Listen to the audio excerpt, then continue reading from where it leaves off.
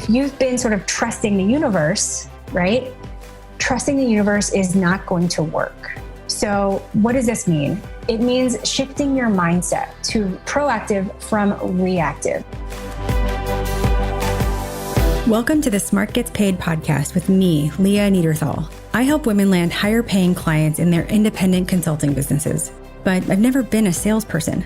My background is in corporate marketing, and when I started my first consulting business, I learned pretty quickly that it's about 1,000 times harder to sell your own stuff than it is to sell someone else's.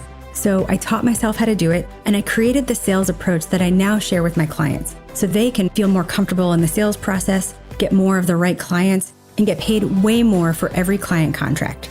So whether your client contracts are $5,000, $100,000, or more, if you want to work with more of the clients you love, do more of the work you love, and get paid more than you ever thought you could, then you're in the right place. Let's do it together. Thanks for tuning in, and don't forget to rate, review, and share. Hey there, thanks for joining me in this episode. I hope that wherever you are, wherever you're listening to this, I hope you're having a great week, making some good progress in your business, and also taking some time for yourself. So we're back for part 2 of how to get consulting clients in a recession. And we're going to get to that in just a minute. But first, I just want to check on you. How are you doing? How are your holidays? How's your winter? I hope that you are staying warm, getting out, enjoying the winter. Over here in New York, it's pretty cold. And every winter, I can't think about winter now without thinking about the winters that I lived through when I lived in Chicago. I lived in Chicago for 9 years after college. You might have heard me mention it. And you've probably heard how brutal Chicago winters are. You should know that whatever you've heard, just know they are worse than you have imagined. But I did 9 Chicago winters. And the thing about winter there is that you can complain, everyone does, but it's also kind of a badge of honor. I mean, at least for me it was, or is, to live there and go through a winter there. And you learn how to do layers really, really well, so you can bundle up, take the L, go to work. And when I was living there, that's also when I got into cycling. And there's actually a really big winter cycling community in Chicago. So one winter, I made the decision that I was going to ride my bike to work through the whole winter, through the whole winter. I think the coldest day I rode through, it was something like 6 degrees. And God knows what the wind chill was, because of course it's always wintry, blustery. I don't know how you can have a headwind, in both directions, but it's possible apparently. And, there's snow and ice on the path. But every day I would ride from uptown where I lived, down the lakefront, through downtown, and to my office in the West Loop. And if you're from Chicago or you live in Chicago and you know Chicago geography, you're probably thinking wait, why would you take the lakefront if you're going to the West Loop? But trust me, I mapped it. It was still faster than going any other way. And so this is where those layering skills I learned really paid off. Because, so just to set the scene here, this is what I would wear from top to bottom every day. So starting at the top, I'd wear a neoprene balaclava, right? It goes over your head and your nose and mouth, and only your eyes are visible. So that would be to protect my face. I'd wear a helmet, of course, always. I had a cover that goes over the helmet, kind of like a windbreaker for your helmet. I would wear ski goggles, some type of base layer or technical warm shirt. I wore a gaiter, a neck gaiter between my shirt and my chin, balaclava, whatever. I wore a long sleeve shirt over my base layer, then a fleece jacket, then a windbreaker. So that's the top half. On my hands, they have these special cycling gloves called lobster claws, which imagine these big mittens that are split down the middle between your middle finger and your ring finger to make sort of 2 big fingers so that you can still shift gears while you're riding. And sometimes I even wore gloves inside of those mittens. On the bottom, I wore these fleece-lined cycling leggings. And then over those, I wore basically warm-up pants to block the wind. On my feet, I wore really warm socks and then my cycling shoes. And then over that, I wore these neoprene booties that cover your whole foot and then your ankle. So that was my outfit to ride to work every morning. And I'd pack my backpack with my clothes for work. And then there was a gym across the street from my office, and I would get ready for work there. And then I'd put on everything again. I'd do the same thing to ride home. And yeah, I mean, listen, it was cold. There's no doubt. But I also felt really accomplished every day. I felt like I was doing something that few people could do or would ever even attempt. And that made me feel good. And I ended every day feeling proud. So yeah, that's my big accomplishment with Chicago winters, riding my bike through the winter. It was nuts, I know, but it was awesome. All right, so let's dive into how to get consulting clients in a recession, shall we? So as I shared in part 1, if we're going to talk about how to secure clients in a recession, we have to talk about how clients make purchase decisions in a recession. And there are 7 shifts in how clients make decisions in a recession. In part 1, we talked about the first 3 of those. If you'll remember, we talked about the first one called pains require painkillers, which means in a recession, clients only purchase products and services that solve their most critical problems. So as a consultant, especially now, you can't talk about your work in terms of the tactics that you do or the things that you do or the services you provide. You must, it's critical. You have to talk about your work in terms of the value you provide, how your work solves your client's number one most important problem. In our world, that's called a painkiller. And in a recession, it's the only way to get clients to care about what you do. Sounds kind of harsh, but it's true. We also talked about number 2, called green light, red light, which means that in a recession, the sales process is going to feel a little bit like the game green light, red light. Lots of stops and starts, and it's going to take longer than it normally would. So to protect your business and your revenue, you have to have more in your sales pipeline than you normally would. Essentially, you need to be having more conversations with potential clients going on at once than you normally would in normal times, so that whatever happens with any one of the sales processes that you're going down with your clients, you'll still be able to have the income that you need. And we talked about number 3, called your biggest competitor is invisible. It's the fact that in a recession, you probably won't lose a potential client to a competitor. You'll most likely lose it to no decision. Essentially, the client won't make a decision at all, and they'll just stay with the status quo, even though the status quo is causing them some pain. So to overcome that, it's up to us to take the value that we provide, take that painkiller statement, and put it front and center in all of our communications, every touch point throughout the sales process. So your website, or when you schedule a call, or in your follow-up email, when you send a proposal, everywhere. And when you do that, you remind the client, hey, this is why it's important to solve your number one most critical problem. Not why it's important to me, but why it's important to you. So those are the 3 shifts we covered in the last episode. Now, in part 2, we're going to talk through the next 4 of the 7 shifts. And if you'll remember, what you're going to hear comes from a training that I led in the early pandemic times when everyone was kind of freaking out that clients were never going to say yes again, clients were never going to spend money again, and everyone was wondering what to do. So I put together a training called How to Get Consulting Clients in Uncertain Times. It was, without a doubt, my most popular training that whole year. And what I shared then is just as relevant now. So that's what you're going to listen in on. And you're going to drop in right in the middle as we talk about the 4th shift. So if you're someone who likes to take notes when you listen to this podcast, you're definitely going to want to take notes in this episode. So fair warning, if you are out running or walking your dog, or you're listening to this while you're driving, all right, you are going to want to take some notes. And if, as you're listening to this, there's an aha or an insight that this episode brings up for you, I'd love to hear it. Write about it on LinkedIn, post it, be sure to tag me so I see it, and I'll give you a shout out. All right, so let's dive in. Take a listen, and at the end, I'll come back and share a lesson you can apply to your business. All right. The 4th change is called e pluribus unum. So if you live in the US, you are familiar with this phrase because it's on our money. It means out of many, one. In times of economic uncertainty, when making decisions feels like a risk, clients are going to tend to evaluate more providers than they have before. They're going to want more options to choose from. Even though studies show that actually makes it harder to make a decision, it's going to feel like they're reducing their risk by evaluating more options. So e pluribus unum, out of many, one. Clients will tend to evaluate more providers than they normally would, and will tend to go with the safest option. Okay. So let's talk about what it means to be the safest option. The safest option is the option with the best know, like, and trust factor.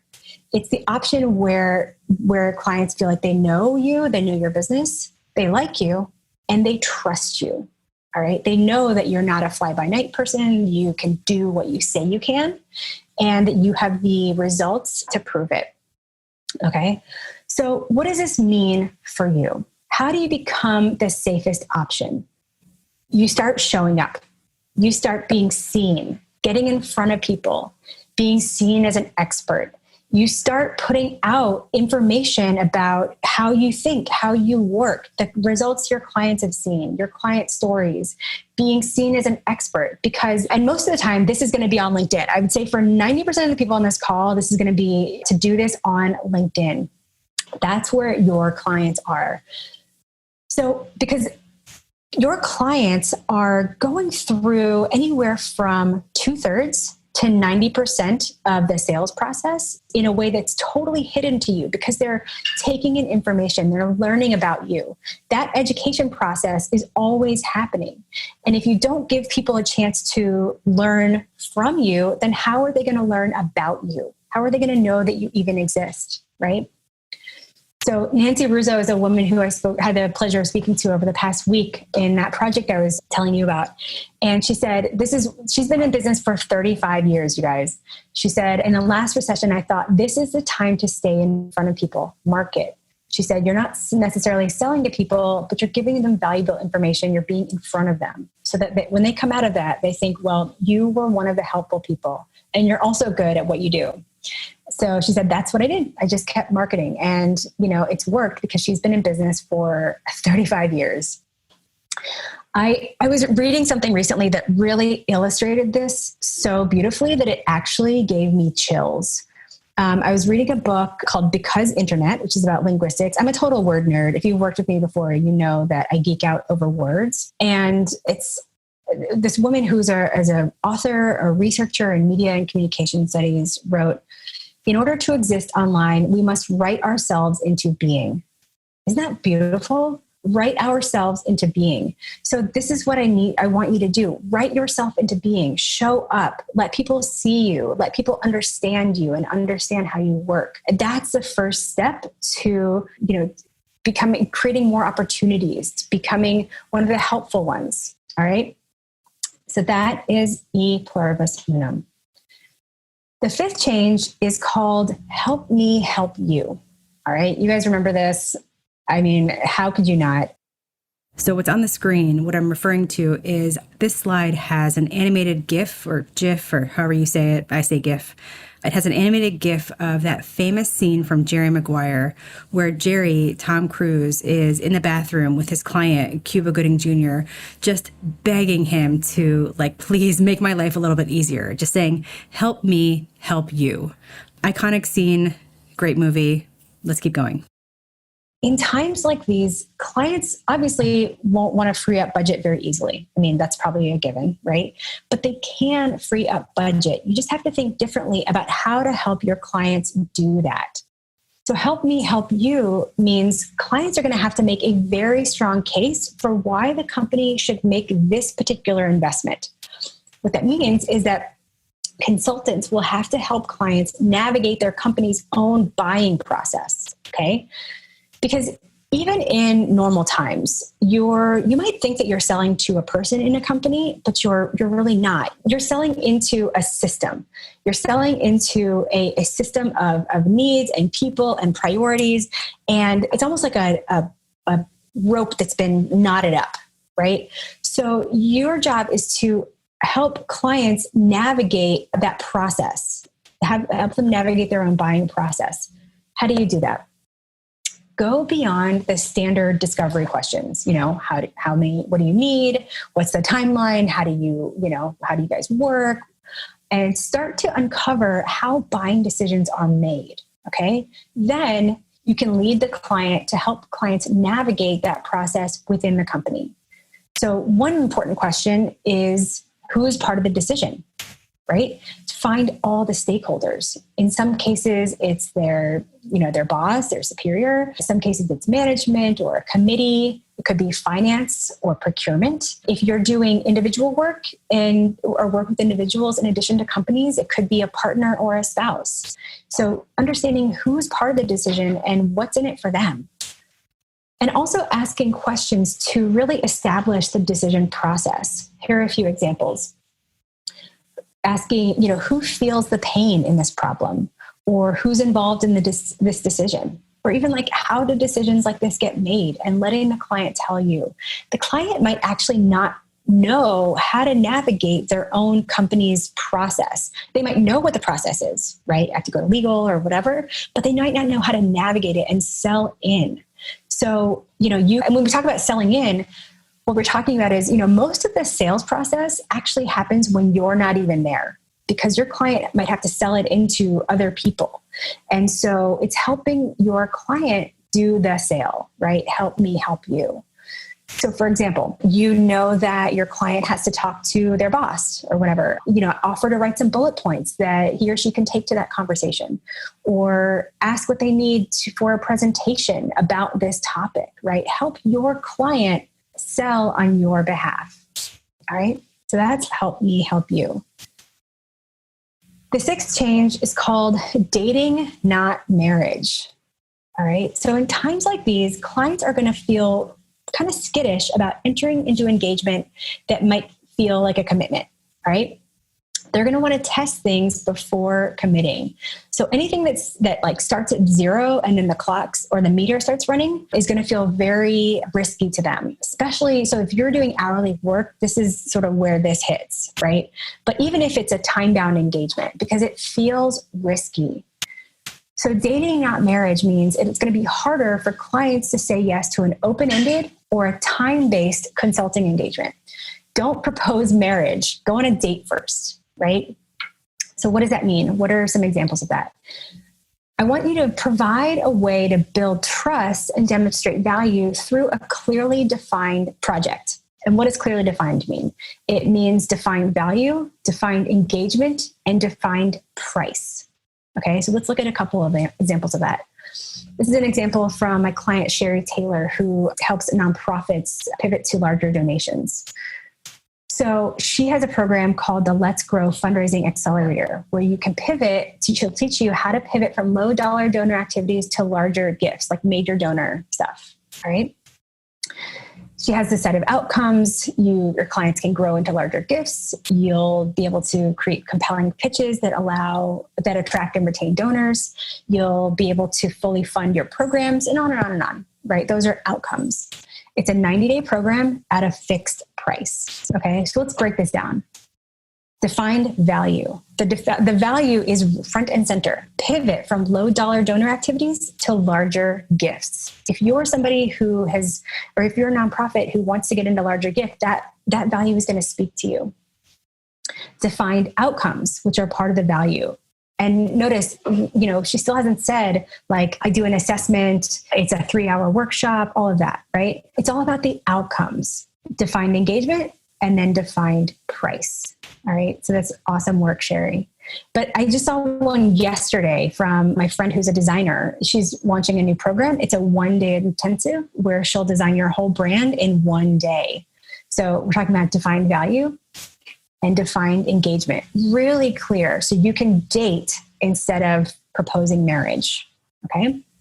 So that's dating, not marriage. The last one is really important. It's called buy a ticket.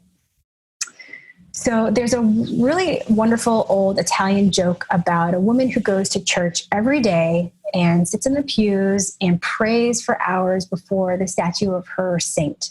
She says, dear saint, please, please, please give me the grace to win the lottery. And it goes on for months and months and months, right? Coming every day. Finally, the statue comes to life, looks down at the woman and says, my child, please, please, please buy a ticket. All right. Have you guys ever heard that before? I love that story. Buy a ticket. If you want to get consulting clients, you have to start getting proactive. I talk to a lot of women who confess to me that they haven't really, they've gotten clients, but they haven't really done anything to get clients. So you've sort of gotten clients in spite of yourself. Maybe they've trickled in through referrals. Clients has just sort of found them, or they've come through word of mouth, but you haven't done anything to actually make that happen. In uncertain times like these that we're in right now, that's going to slow down. This whole low-hanging fruit, the clients who just sort of find you despite them, not doing anything, that's going to slow down. So if you've been sort of trusting the universe, right? Trusting the universe is not going to work. So what does this mean? It means shifting your mindset to proactive from reactive. So many women I talk to have spent a lot of time being reactive. A client comes your way, they need this. You're like, yeah, I can do that, right? Or maybe even, the money's not great, but I'll take it on because you need the money. What we're talking about here is getting proactive. So what can you do? Reach out to past clients, reach out to current clients, reach out to potential clients in your pipeline. Show up, get visible, start to be seen as an expert. You have to do something. And I know the tendency, because, I know that I work with a lot of very high performing perfectionists and women who hold themselves, probably you hold yourself to very high standards. All right. I want to encourage you to look forward, not backwards. If you feel like, oh, I should have been doing this the whole time, how could I have let myself get to this point? Stop kicking yourself for not having done this so far, because you are here. You're in the right place. You're learning about the right things. And this is the time to start. There is no better time to start. It's like, there's a parable or something, that says like, when was the best time to plant a tree? Like 100 years ago, but the second best time is right now. Okay. So these are the 7 changes. Pains require painkillers, green light, red light. Your biggest competitor is invisible. E pluribus unum. Help me help you, dating, not marriage, and buy a ticket. All right. So I created this little chart for you so that, because I know it's a lot, just to sort of summarize the changes and my recommendations. Okay. So now I want to know, what's the one thing that you can do right now, this week or today or this weekend? Tell me, of the 7, and I'll put them back up actually, of the 7, what can you do right now? Let me know in the chat. Just let's get it out there. Let's have some Zoom accountability. Anne says, buy a ticket, dating, not marriage. Patricia says, positioning my work as a painkiller, repositioning, showing up and buying a ticket, defining your engagements. A lot of buying a ticket. I love this. Buying a ticket. I love all this. What I would say is, if you're not sure, I would think about starting with pains require painkillers and buy a ticket. Because if you are already out there, if you've already bought a ticket, if you're already proactive, if you are already a painkiller, then yeah, come up with an offer. If you are hidden right now, then it doesn't matter what offer you create if nobody sees it. So I would say if you're starting literally at ground zero, start with pains require painkillers, then get proactive, and then date, don't get married. All right. I love this. All right, you guys. I'm just scrolling up. You guys are committing. We're getting some group accountability for committing to, I'm seeing a lot of buying a ticket, a lot of being visible. Yes. Okay, you guys, I love this. So I can stick around for about 5 more minutes with questions. If you guys have questions, I think I'm seeing some questions here. Julia asks, how can you get clients proactively if you post online and get crickets, or you reach out with referrals and don't get any? Okay, here's what I'll say to that, Julia. Getting new clients, being proactive, buying a ticket, filling your pipeline is not an event. It's a process. It's a long game. And so I promise you will not get clients. Nobody will. It's impossible, but you will not get clients by doing things every now and then. You will get clients by showing up consistently. And so is it worth it to post proactively if you post online and get crickets today? Yes, because you will keep posting and you might not get, you'll get more of a response later. You're setting that in motion.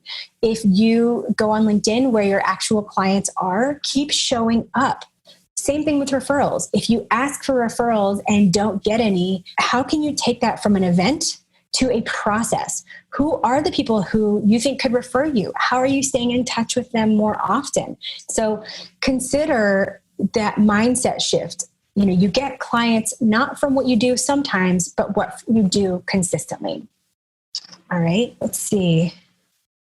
Catherine's asking, stress management for accounting, what would be a painkiller? I think that's a really important question for you to maybe explore over the next week or so. Sit with it. If you're wondering what's the painkiller for your business, I bet that it's in your notes from client conversations. Clients will tell you their biggest pain if you ask. The problem is that most of the times when we're talking to clients, when we're responding to clients, we really focus on the services or the deliverables or whatever. What do you need? What's your timeline? What's your budget? Not necessarily why is this important? Why is this important to the business? Why is this important to you personally? What happens if this fails? The answer to what is the painkiller is in those questions, okay? If you've had these types of conversations with your clients, then the answer is in the notes, all right? So you guys, I'm so glad that you've spent this time with me. Thank you for stepping out of your crazy life and spending this time with us. I will talk to you soon. So in the last episode, I mentioned that this list of 7 ways clients make purchase decisions in a recession, this isn't just a to-do list. It's not just, a bunch of things that you need to start doing. It's really shifts in thinking. And in what I shared here today, it's shifting from thinking of showing up or getting visible as, I just want sales and that feels weird, to seeing it as building the know, like, and trust factor so that you become the safest option. It's a shift from thinking of it as selling into your client, your main contact, and instead shifting to thinking of it as helping your main contact sell in when you're not there. It's a shift from marriage to dating by creating something that clients can say yes to, and a shift from reactive to proactive by buying a ticket and really putting yourself in the driver's seat of your own business. These shifts are going to make a meaningful impact in your ability to get clients, even in a recession, and really beyond too. And there are really 2 things I want you to take away as you start applying these lessons to your business. First, I want to go back to the Chicago story. So, I rode my bike through a freezing, very windy Chicago winter, but I didn't tell you what happened after that. So when the weather warmed up and everyone else started riding again, I was in incredible shape, because I'd been riding the whole time and riding through some really, really tough weather and tough. That same year, that spring, I did the AIDS ride for the second time, where you ride from San Francisco to LA to raise money for AIDS research and care. It's a 7-day ride over these huge mountains. And on some days you're riding over 100 miles a day, and then you have to wake up and do it again the next day. And you know what happened? I rode that 7-day ride faster. At the end of each day, I felt better. I recovered faster, and I was actually able to enjoy it. And all because I was stronger, because I had gone through the rough parts of the winter. And so the first thing I want to leave you with is this. I feel like you, us, all of us right now, we have a choice right now, kind of like I did that winter, because, winter was going to happen. You can say it's too cold out. You're not going to get out there. And then, the thing is, the day will come when it warms up and you'll want to ride, but you'll be out of shape. Or you can go through the cold parts, the tough parts, and keep going, because every ounce of effort you put in will absolutely pay off. And that's the same choice you have right now with your business and the recession. You can say that it's a recession. You can say getting clients isn't possible. Clients won't say yes. They're not going to spend money. Let's wait and see. And eventually the day will come when it does get better, but you'll be in the exact same position that you are now. Or you can go through the hard parts. You can learn how to adjust, and you can keep going and growing. Because just like in riding, every ounce of effort you put in now will absolutely pay off. And not just pay off only in the end. It'll pay off now, today, if you're willing to make that choice. But there's something else I also want to leave you with. One thing that makes hard things hard is when you go through them alone. What makes them easier and easier to keep going is when you're around other people who are going through it with you and in a place where you can get help. I actually saw something a few weeks ago that made this so clear in such a beautiful way. I was watching a show on HBO called The Lost Kitchen. If you have HBO, check it out. It's a heartwarming show about this teeny tiny little restaurant in Maine. And at the time when they're filming the show, it starts, I think, like right around February, March 2020. And it's this bustling little restaurant. And then the pandemic starts. And, they have to like shut down service. They have to find new ways to make money, all of that. And, everyone in this tiny little town is, having to do the same thing, like all their suppliers, the farmers, the producers, etc. And so in one of these episodes, the restaurant owner, this woman, Erin, who's adorable, goes to visit her bread provider, this couple that makes this gorgeous, like artisanal wood-fired bread. And I guess by that time it's like late summer, maybe mid to late summer. And so the three of them are talking about like how just WTF everything is these days. And the bread guy says, this is what he says: when everything started falling apart, it was really a test of how much do we love this?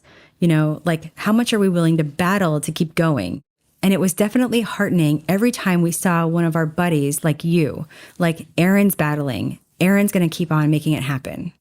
And I love that line. Essentially, what he's saying is it's heartening every time we saw one of our buddies succeed. So what I want to leave you with is this. The way we're going to get through this time isn't just with skills or strategies or shifts. All of that is helpful. But the way we're really going to get through this is with each other. It's community, it's support, it's accountability. That's how we're going to do this together. It's why my favorite channel in the Slack group for the Academy is Wins, because we're celebrating all types of wins there so that everyone feels seen and supported, and the motivation and accountability really spreads. Like one of the members posted that she just signed a PR client where she's charging double what she would have charged a year ago.